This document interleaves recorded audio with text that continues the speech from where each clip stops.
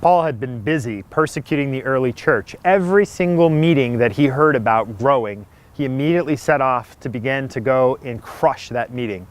He heard of one such meeting in a place called Damascus, and so he set off on the road. But this time, we don't have to guess whether he had the approval of the local Jewish authorities. We see that Paul, in the account of Acts with Luke, that he goes to the Sanhedrin and he actually asks for letters of authority to bring with him to the Jewish leaders in Damascus. He sets off on the road and he has some companions with him. We could guess that these companions were zealous like him for the Lord and were fully ready to persecute these early Christians. Paul, on his way, was riding on some kind of beast of burden, we don't know what. Many of the depictions that we have in art are of him sitting on a horse and falling off his horse. It's more likely that he was riding a donkey, a little less stately than the pictures we see. But Paul is riding along with his companions, and all of a sudden, after he's been meditating and thinking, something happens. But what was Paul thinking about? What would he have been meditating on in this long journey to Damascus? We don't really know what could have possibly been going through his mind, but N.T. Wright, in his book, has a little bit of a guess. Wright thinks that Paul would have been meditating upon the covenant of the Lord. Specifically, he thinks that he would have been focusing on and meditating on a passage that had a deep connection with his own sense of zeal and call in the Lord. We know later that Jews used to use as a focal point of their meditation the story of Ezekiel. Ezekiel's radical experience of connection with God, the living God, and a vision foretold in the first chapter of Ezekiel.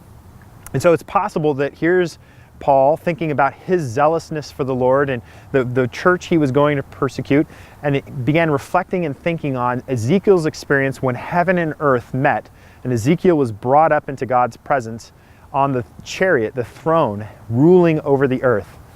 And as Paul had this experience, his experience would have paralleled that of this Ezekiel passage. So how great would it have been if Jesus had chosen that passage for Paul to be meditating on when he intervened in Paul's life and had this vision happen.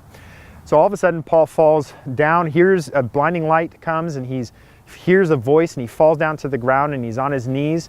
And the voice comes and says, "Paul, why are you persecuting me? Saul, why are you persecuting me?" And Saul looks up and he says, "Who are you?" And he says, "I am Jesus, who you persecute." This experience for Saul was not just a conversion. It wasn't a conversion really at all. You see, in Saul's life, he would have grown up and seen himself as a good Jewish man. This experience didn't negate any of his Judaism.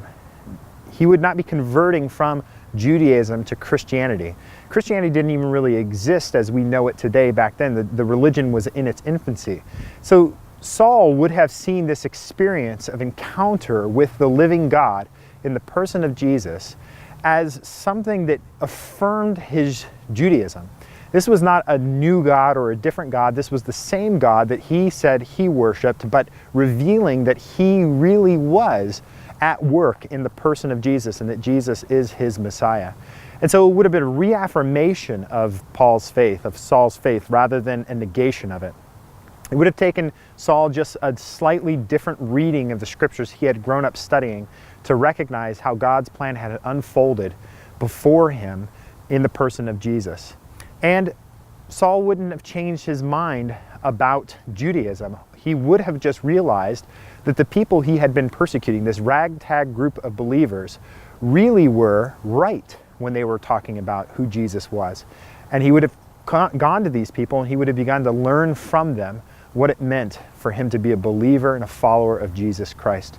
So Paul was not really converting to Christianity, and instead he was renewing his zeal, his faith in a new call, like Ezekiel, filled with a new energy, a new zeal to follow the word of Jesus Christ and to become his ambassador beyond Judaism into the wider world towards the Gentiles.